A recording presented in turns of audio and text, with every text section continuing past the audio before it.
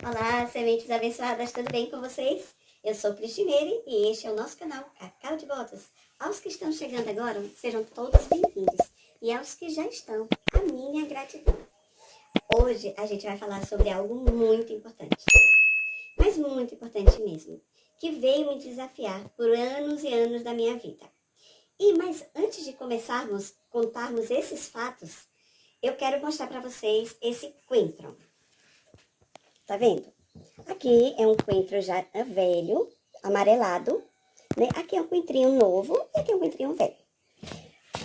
Eu gostaria que você focasse aqui, Davi. Aí, observe bem esses coentrinhos. Vocês estão vendo, né? Estão vendo? Então. Mas uma pessoa que não tem visão, consegue separar os que são amarelos do que são verdes? Não, né? Mas muitas vezes a gente também tem essa cegueira. É sério.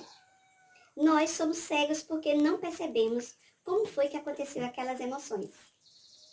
Então agora eu vou para o primeiro fato que fez mudar toda a minha história também. Que faz parte da minha história. Não sei se fez mudar, mas que também faz parte da minha história. Então vamos lá para o primeiro fato. Bom, vamos falar sobre o meu nascimento. Quando minha mãe sentiu as dores, né, sentiu assim um incômodo logo cedo, tipo às 5 horas da manhã, achando que eu ia nascer. Falou para Tony, meu pai, que estava sentindo que eu ia nascer. E pediu para ele chamar a parteira, porque eu nasci na mão da parteira. Tony foi revoltado. Ah, você tá vendo que essa criança não vai nascer agora? É aquela confusão toda. Eu fiquei, foi quieta, vendo aquela briga daqueles dois. Mas mesmo assim ele foi chamar a parteira. Então, a parteira é essa pessoa aqui, linda, maravilhosa aqui, ó, tá vendo? Olha ela aqui, eu vou mostrar aqui com a chave que fica melhor. Não sei se vocês estão conseguindo ver. Essa é a parteira. Essa é a minha mãe. Olha como ela é miudinha. Essa sou eu, meu irmão Naldo e minha irmã Cristiane. Todos esses três, quem pegou a gente foi essa parteira aqui, Dona Antônia.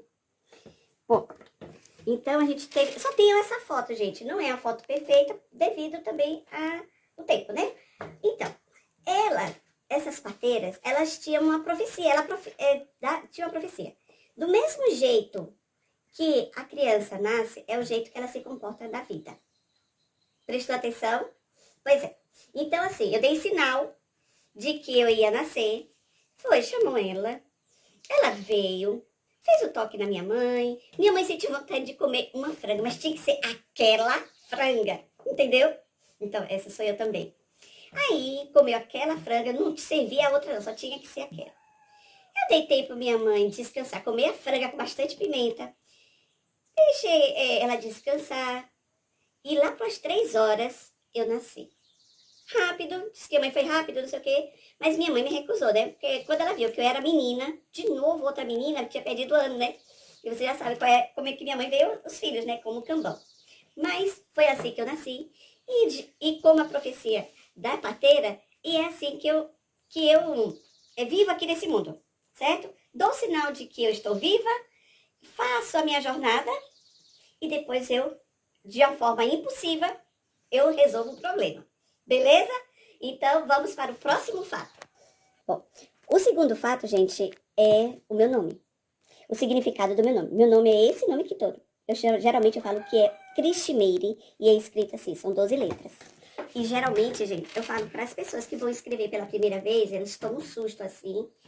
E geralmente falam, é difícil mesmo, é um palavrão, né, gente? Aí eu fico brincando e é muito difícil escrever mesmo. Eu concordo com vocês, brinco, né? Antes eu não brincava não, eu ficava triste.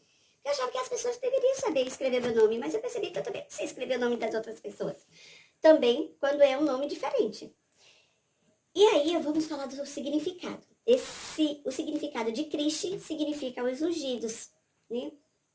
E Meire, ungidos, é aqueles escolhidos por Deus. Como Jesus Cristo, aquele escolhido por Deus, né? E Jesus é um outro significado, mas eu não sei, não. Eu só sei do Cristo, que eu tive que pesquisar, né? Outro significado que tem para Meire é ser luz ou estar na luz. Também tem o significado de admirável, a iluminada, senhora, soberana, amada, forte.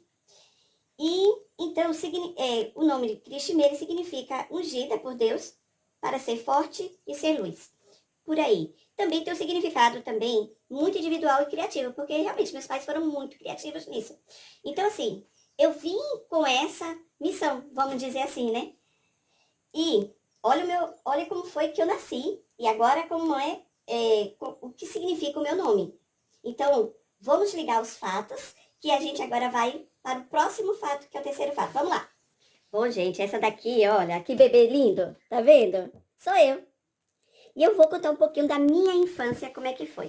Não das minhas peruíces, né, que eu sou assim, muito quietinha. Eu era uma criança feliz também, né, tinha meus momentos, mas eu era uma criança muito enjoada. Pense numa criança enjoada, era eu.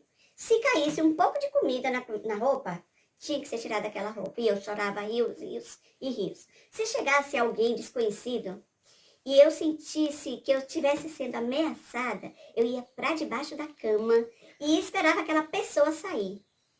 Até, ou se não, quando alguém falava, que menina linda, eu chorava rios. E a minha mãe, deixa essa criatura, esse bicho do mato, quieto, porque... Gente, eu chorava.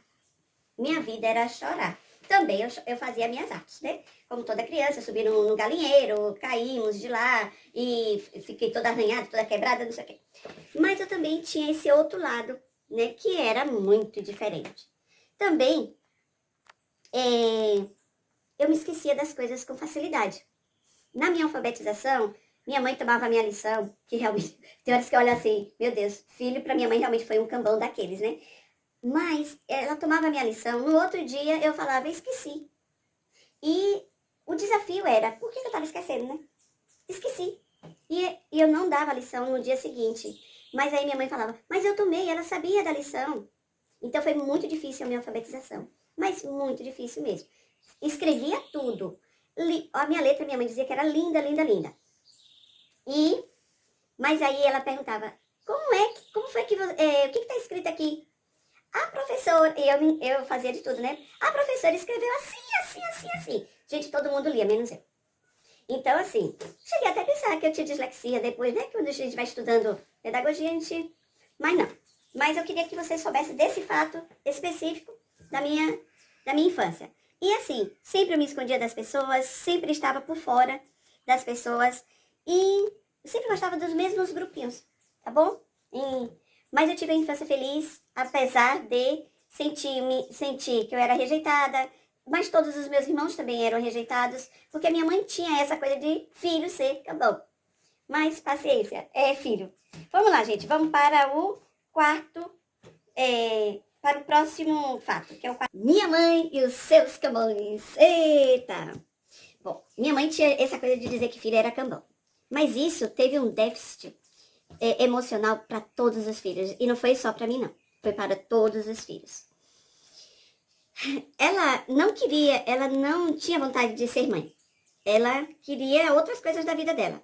Mas naquela época em que ela viveu, ela era jovem, as moças tinham que casar. Não podia ficar viajando, que viajasse era P1, né? TA. Mas, queria ser outras coisas.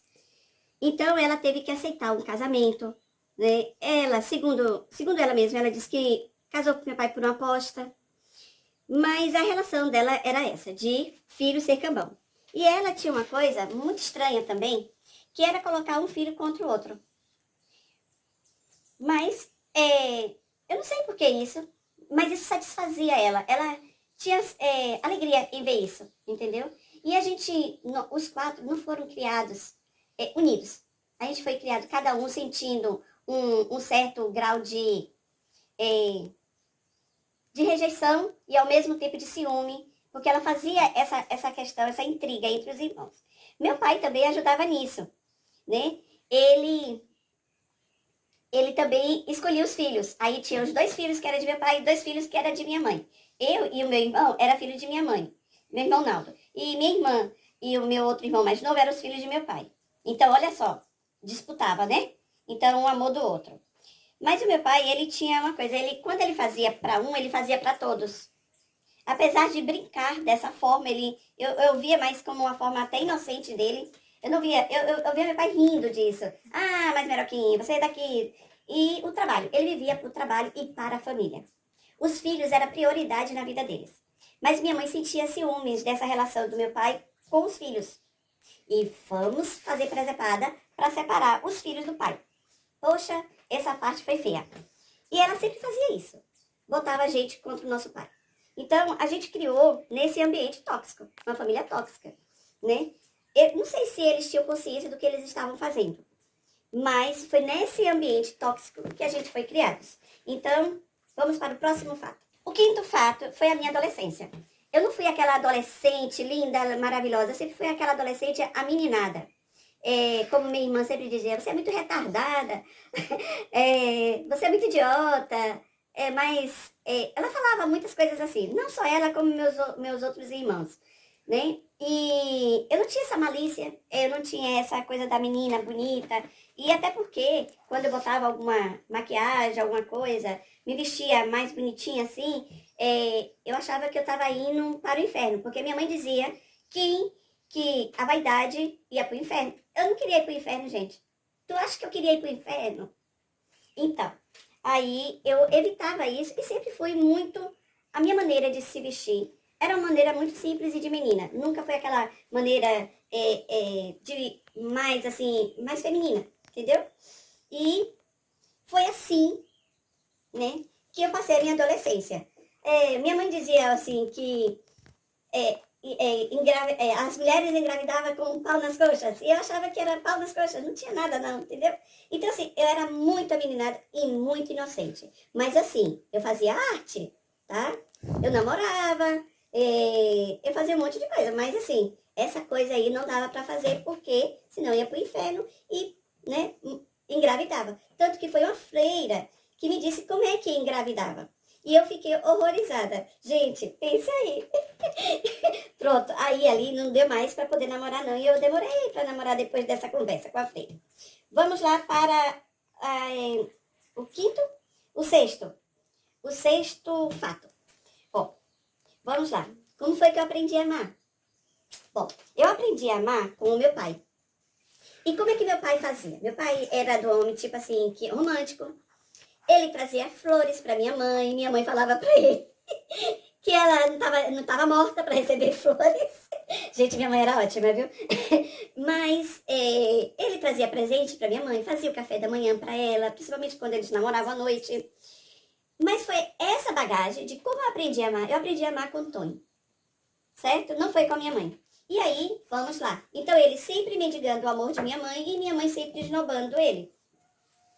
Mas assim, Toy não era 100% não, tá, gente? Ele tinha muita coisa de erro nessas relações aí. Bom, mas eu percebia dessa forma a relação dos dois. Então, eu tive meu primeiro casamento, foi um casamento extremamente tóxico também, né? Eu repeti os padrões de meus pais. E eu saí fugida desse primeiro relacionamento e cheio de problemas. Então, teve uma época que essa criatura, que a gente não precisa dizer o nome, ele falou bem assim, você é uma pessoa gorda, você é isso, você é aquilo, e eu já estou com uma outra pessoa. Ele me empurrava, chegou a queimar minha barriga, enfim, tinha coisas assim, entendeu, gente? E eu saí desse casamento desse jeito. Mas depois eu voltei pra ele, né, porque ele disse que tinha melhorado, que não sei o quê, que tava com saudade da família, blá, blá, blá. E nesse voltar, foi 7 meses de que eu voltei, que foi os 7 meses mais graves da minha vida. Primeiro, o filho, já estava com o filho grandinho, e depois o término final. Terminou mesmo. E foi quando ele falou que eu era gorda, que o dinheiro que eu estava ganhando só servia só para mim e para o meu filho, que ele precisava de mais dinheiro, e que ele tinha encontrado uma pessoa que estava dando muito mais dinheiro do que eu. Então eu fui buscar o meu filho e nesse dia eu desmaiei. Caí na porta da creche e eu fui socorrida, blá, blá, blá. E depois ficou tudo bem. Aí eu já vim pra cá. Eu falei pra ele que eu iria me resolver e que tava tudo certo. Pronto. Aí veio esse segundo casamento, que você já conhece um pouco dos fatos, e que acabou justamente, não foi um relacionamento abusivo, mas foi um relacionamento que eu ficava, por favor, me ame, né? E a distância acabou esfriando mais ainda. E foi isso que aconteceu. O primeiro fato foi repetição de padrão. E o segundo fato já foi a minha imaturidade mesmo. O segundo casamento já foi a minha imaturidade. Então, vamos lá para o próximo fato. Bom, Nesse sétimo fato, aí eu já tô de volta pra casa com o meu filho, né? Mas só que quando eu voltei depois disso, meu pai já tinha falecido. Tanto que meu pai faleceu no dia 20 de fevereiro. No dia 17 conversei com ele. Eu falei, ó, tô de volta. Aí ele falou, que bom, porque você vai me ajudar mais ainda. Mas só que que eu voltei, eu queria cuidar da roça. Meu pai, meu pai falou, olha, aí sim, eu queria voltar e cuidar da roça. Minha mãe barrou, falou bem assim, não, se você fizer isso, eu vou pegar a guarda do seu filho. Gente, ela pegou o ponto mais fraco, né? O ponto mais fraco. Bom, aí eu aceitei as condições dela, porque realmente não tinha pra onde ir nem como ir. Tinha que ficar ali mesmo. Então, agora sim, quando eu era adulta, semi-adulta, vamos dizer assim, né? 22 anos, eu empreendia. Cheguei a ter uma fábrica de calcinha. Cheguei a trabalhar, tentar, junto com o Tony, a fábrica de polpa. Minha mãe embarrou. A fábrica de calcinha, eu comecei com R$ 50, gente. E quando eu fechei ela, eu estava com R$ 5.000. Então, assim, ela deu certo. Mas só que eu não tive pique para aguentar as coisas de minha mãe. E ela sempre foi desse jeito. Não é que ela, porque foi agora. Não, não foi não. Certo? Então, assim, quando eu voltei já para casa de minha mãe, agora, meu pai já falecido, aí teve que nascer a mulher guerreira. Esse é o 8º fato. Então, vamos conversar um pouquinho sobre ele. Então, assim, eu tive que trabalhar com um menino pequeno, tive que aceitar as regras da casa de minha mãe, tive que aceitar esse sentimento de culpa e abandono.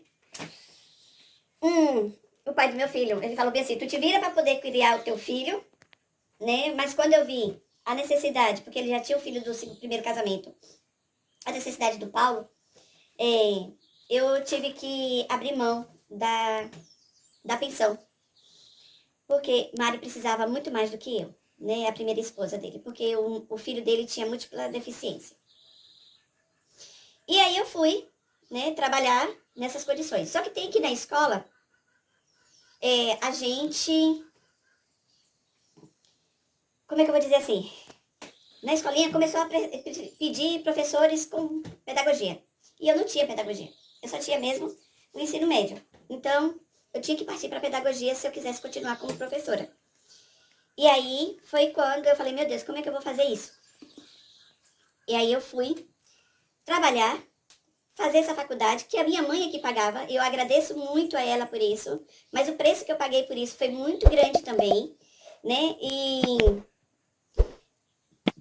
Desculpa, eu fui realmente trabalhar dessa forma. Então, eu trabalhava na escola, eu cuidava do meu filho, eu ficava 10 minutos, 20 minutos, 30 minutos, o tempo que ele precisava à noite. Depois é que eu iria cuidar das roupas dele, da vidinha dele. E depois é que eu ia estudar. Muitas vezes eu acordava no outro dia assim, gente, debruçada nos livros. Mas eu sabia que eu tinha um foco, eu tinha que terminar essa faculdade. Peraí, tira essa. O 10º fato. Então, aí eu peguei, como minha mãe, ela falou bem assim, você não vai tomar conta da roça, senão eu tomo a guarda do seu filho. E eu fui no juizado e da família, na vara da família e do adolescente, e realmente eu não tinha como, porque eu não tinha trabalho, eu não tinha nada. Então, o que foi que eu exigi? Eu peguei bem assim, então eu quero minha casa, eu quero uma casa. E eu fui morar com o meu filho, porque eu não queria aquilo tudo para o meu filho. Então, eu comecei a ter, tive a rede de apoio muito grande, que eu agradeço muito, a minha tia, o meu tio Vigílio, e aí eu fazia tudo isso, certo? E final de semana, minha faculdade era semipresencial. Final de semana, meu filho ficava com a minha mãe, para eu poder estudar. Só que no dia que minha mãe não podia ficar com ele, eu levava ele para a faculdade também. Então, ele começou a fazer faculdade antes mesmo, né, de terminar o Fundamental 1, do primeiro ao quinto ano. Então, é isso. Então, vamos para o próximo fato. Então, morando sozinha, com um filho pequeno, estudando, dando todo o apoio que eu precisava pro filho, desse jeito, maluco, eu comecei a capotar, gente, ó. A guerreira começou a capotar. Não sabia nem que era viver. Pá, pá, pá, pá, pá. Então, assim, foi uma luta. Fiz pós-graduação nesse esquema, viu? E filho levava filho para pós-graduação e era pá. E vamos lá. E foi, ó, eu capotei durante muitos anos desse jeito. E isso foi muito difícil. Pronto, entrei para a escola pública. Deu uma melhorada bastante. Passei 2 anos na tranquilidade, juntando dinheiro, queria melhorar minha casa, né? O filho já estava assim, maiorzinho, já conseguia entender muito mais coisas. Às vezes eu deixava ele sozinho. E a gente já tinha planos de melhorar a nossa casa, de ampliar a nossa casa. Porque era assim, era um quarto, tipo kitnet, só que era uma casa, entendeu? Pronto, mas era assim. Vamos lá, gente.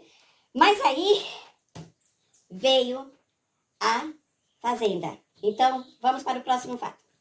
Agora, o 12º fato. Pronto. Cheguei na fazenda. Bom, foi quando meu irmão não deu certo aqui. Ele também não conseguiu administrar, porque realmente era difícil e foi difícil. E eu não sei nem como foi que eu consegui. Gente, eu não sei. Foi obra de Deus nesse momento, estratégia. Eu acho que já estava capotando tanto que eu já estava alimentada nisso. Mas aí veio o meu primo e falou bem assim, eu chorava, gente. Gente, eu não sei. Agora sim, é chorando e fazendo as coisas, viu, gente? Não é chorando e deixando de fazer, não. E aí veio esse momento, né, de tomar conta da roça. E que você já tem muitos vídeos aí gravados sobre isso. Eu agradeço muito o período que eu voltei de Santa Catarina, no primeiro momento, quando meu filho tinha 1 ano e meio, um ano e um mês, até os 3 anos de meu filho, né, esse 1 ano e tanto que eu passei aqui, eu passei junto com o Tonho, certo? Eu vinha pra cá, o dinheiro que eu recebia da escola que eu trabalhava era todo voltado para dentro de casa. Meu pai não estava em condições legais financeiras, então assim, tinha muita despesa e a renda era pouca. Então o dinheiro ia todo para lá, tirava o que era do transporte do meu filho, porque era a casa onde eles moravam, a gente morava para a escola era longe, então meu filho tinha transporte, mas eu ia e voltava a pé, tá? Porque não tinha condições de tanto. E era isso, gente. Era bem difícil mesmo. Então foi um período bem difícil. Mas assim, eu vinha pra cá, ele me mostrava o que eu tinha de fazer, ele falou muitas coisas assim, da minha ida lá pra Santa Catarina, por exemplo. Ele falou que ele nunca me chamou daquele nome, P-U-E-T-A. Ele nunca me chamou daquilo. Na verdade, quem sempre me chamou foi a minha mãe. Ela sempre queria fazer essa intriga. Lembra que eu falei pra vocês? Então, e isso foi uma constante, né? E foi muito difícil, muito, mas muito difícil mesmo esse início. Mas eu consegui pagar as dívidas que tinha. Eu tive que vender a minha casa, que você já sabe dessa história. Vendi a minha casa lá em Itabuna. Voltei a morar na casa de minha mãe. Minha vida voltou a ficar sabe, daquele jeito. Mas eu tive que ver, né? Tive que ir pra lá. E as coisas não ficaram boas não, gente. Mas, vamos lá. Vamos seguir em frente. Mas a gente conseguiu. Foi quando depois meus irmãos vendeu a casa, ou vendeu aqui a roça, e a gente ficou aqui. Mas antes disso, a gente vai falar um pouquinho mais sobre outra coisa. Vamos lá, pro próximo fato. 13º fato, gente. Pula. Ó, pula. Você já sabe o que eu penso sobre o 13, né? E eu não negocio nem princípios e nem valores, tá bom? Beleza? Cada um é cada um. Então, vamos para o próximo fato. Próximo fato, 14º fato. Foi a Covid. Nossa. Covid pra mim foi quando eu descobri quem era minha mãe. Eu realmente descobri quem era ela. Foi um período muito difícil. Porque eu falava bem assim, minha mãe faz isso? Minha mãe o tempo todo esteve me atrapalhando na roça, mesmo me ajudando. Ela na minha frente me ajudava e atrás me atrapalhava. Gente, isso foi uma loucura na minha cabeça. Eu falei, eu precisei de 52 anos, já estava com 52 anos, para poder entender que a minha mãe mentia. Que a minha mãe falava na minha frente, eu falava bem assim, minha mãe, eu tô fazendo isso, isso e isso. Quando eu terminava de fazer e falar, ela pegava, chegava, ligava pro meu irmão me atrapalhar aqui. Gente, isso é de uma crueldade com os filhos. Impressionante. Ela chegou a falar que eu estava pegando o dinheiro todo da roça e entregando para Raimundo. Gente, eu estava casada com o Raimundo. Eu trazia coisas de Itabuna para cá. Mas eu trazia com o meu dinheiro. Eu estava trabalhando. Eu sempre trabalhei. Eu nunca deixei de trabalhar. Mas tinha que acontecer dessa forma. Eu virei um burro de carga, na verdade também, né? Eu virei um burro de carga da minha família. E eu sempre fiz isso. E foi quando eu percebi que Tui também fazia isso. Meu pai era um burro de carga. E aquilo me incomodou num troço bem grande, sabe? Mas assim, eu comecei a botar limites. Comecei a decidir coisas, me posicionar com relação à minha mãe. Eu a amo de vida. Mas eu não posso permitir que a minha mãe interfira na minha vida. Eu não posso que ela faça dessa forma. E hoje eu tenho muita cautela, mas muita cautela mesmo, quando eu estou perto dela. Porque mesmo ela, com Parkinson, ela é doente, tá? Tem o mal de Parkinson. Mesmo ela doente, ela consegue ainda fazer as manipulações dela. Ela até usa a doença para manipular. É impressionante a capacidade dela de fazer isso. Mas assim, hoje eu dou risadas disso. Minha mãe, sabe, esse tipo da coisa assim, aquele amor. Mãe, tá fazendo isso ainda, mãe? Bora fazer diferente? Bora fazer assim, sabe? Então é isso, gente. Esse é o 14º fato. Agora, vamos lá para o 15º. Pronto. 15º. Este ano... Ah, peraí. Espera um pouquinho. Dá uma pausa aí, Davi.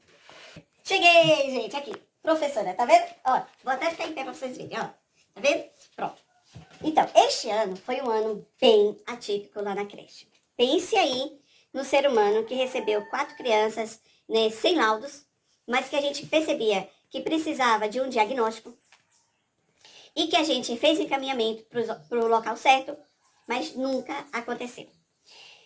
E aí, eu estou em um grupo chamado GPS, que hoje é Aliança Divergente, e lá eu pedi apoio para as meninas. Eu falei, gente, eu tô perdida, eu tô precisando de apoio, eu preciso saber como é que eu trabalho com essas crianças, e eu tô precisando de ajuda. Alguém conhece alguém que possa me ajudar nisso? Então, através desse grupo, eu cheguei até Risélia. Bom, gente, aí eu cheguei até Risélia, né? Risélia é um militar e ela trabalha na cavalaria com as crianças autistas. E aí, eu pedi apoio a ela, e ela me orientou bastante com relação às técnicas de trabalhar com crianças autistas e a crianças com TDAH. E aí eu fiquei inspirada, assim, tipo assim, que tal eu fazer também um diagnóstico? E aí, mas antes desse diagnóstico, eu fiz uma visita na cavalaria. E vocês vão ver essa visita agora. Olha, já tá vindo atrás. E ele viu. Se é uma coisa que ele gosta, que nem se Só falta o... Tá gostoso o brinquedo? Ó. Tá bem assim. Ele tá suado assim, porque ele já aprendeu um bocado de continuo. Você falou que ele tinha o que? A natureza autista? Tipo, a interação social dele é se ele confiar, se ele se sentir seguro. Aí ele vai, agora eu vou fazer. Deixa eu lascar. Deixa eu abrir. Ele tá viu? Ele é... Calma. Ele já vai... Por que a gente não leva muito de vez no rosto dele? Ele assista. Ele é predado, não é predador, ou seja, ele é comida. Então ele vai estar o tempo todo querendo fugir. O tempo todo querendo fugir da gente. Olha assim, ó, pegar a sua mão aberta e ele pega e não morde seus dedos, a mão aberta, tá vendo? Olha. Aí ele vai sempre procurar, pode ir mais com ele. Aí o pelinho dele é cenoura. Aí ele tá procurando mais. Ele tem a língua rasa. Porque ele pega e mata, ele corta. Tá vendo? Ou essas coisas mais diferentes da crina. Tem mais nada, ele é preguiçoso. Pronto. Tá cheirando, porque tá sentindo o cheiro dela. Tá? Acabou. Você dá um cheirinho nela, tá cheirosa ela? Tá. Eu me identifiquei com ela. Aí, dá um cheirinho, né? Não tem mais não? Acabou, né? Acabou. E aí? Vocês gostaram da minha visita na cavalaria? Vocês viram? Vocês perceberam o quê? Pois é, gente, eu tinha medo de cavalo. É isso mesmo. medo de militar. E Deus vai colocando as pessoas no nosso caminho. A gente vai atraindo também essas pessoas, né? E aí eu tô vencendo esses medos. Gente, desde quando eu nasci que eu tinha medo, né? Você vê que eu dei o sinal, eu fiquei quietinha com aquela confusão dos dois. E depois que eu nasci. Então eu tava me preparando. Esse medo é normal em mim. Então, assim, eu tô aprendendo nesse grupo que o medo é um erro e acreditar nele é um equívoco. Então, eu tô me preparando para outros caminhos. Eu já gravei vídeo aqui que você viu que eu tava tremendo de medo. E isso é uma coisa que eu preciso, é um padrão que eu preciso melhorar. É um padrão que eu preciso resolver. E cada dia, um passo, e a gente vai se melhorando a cada dia. Ponto. É isso que eu queria falar sobre essa cavalaria e esse fato. E agora vamos lá para o 17º fato. Vamos lá. Pronto.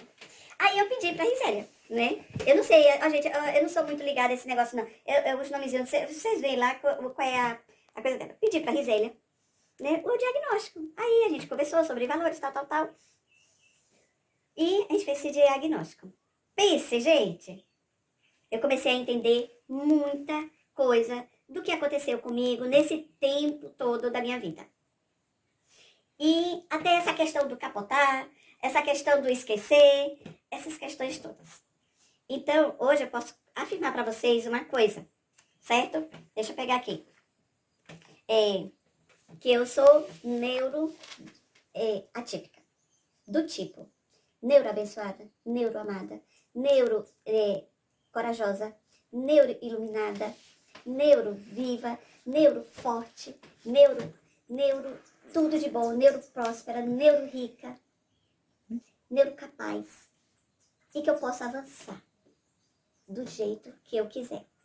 A partir de hoje, então, depois desse diagnóstico, eu fiquei muito mais leve.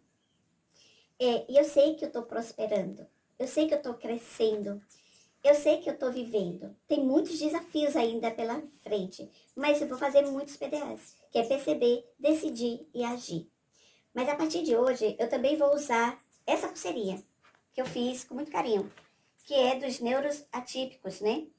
Mas esse aqui é do neuro, que eu tô te falando, neuro iluminada, neuro abençoada, neuro amada. E é isso que eu desejo também para vocês. E vocês são que tipo de neuro? Vocês ainda estão dizendo para vocês mesmos que vocês são neuro incapazes, neuro impossíveis de fazer? Como é que vocês estão fazendo da vida de vocês? O que é que você ainda não consegue ver da sua vida?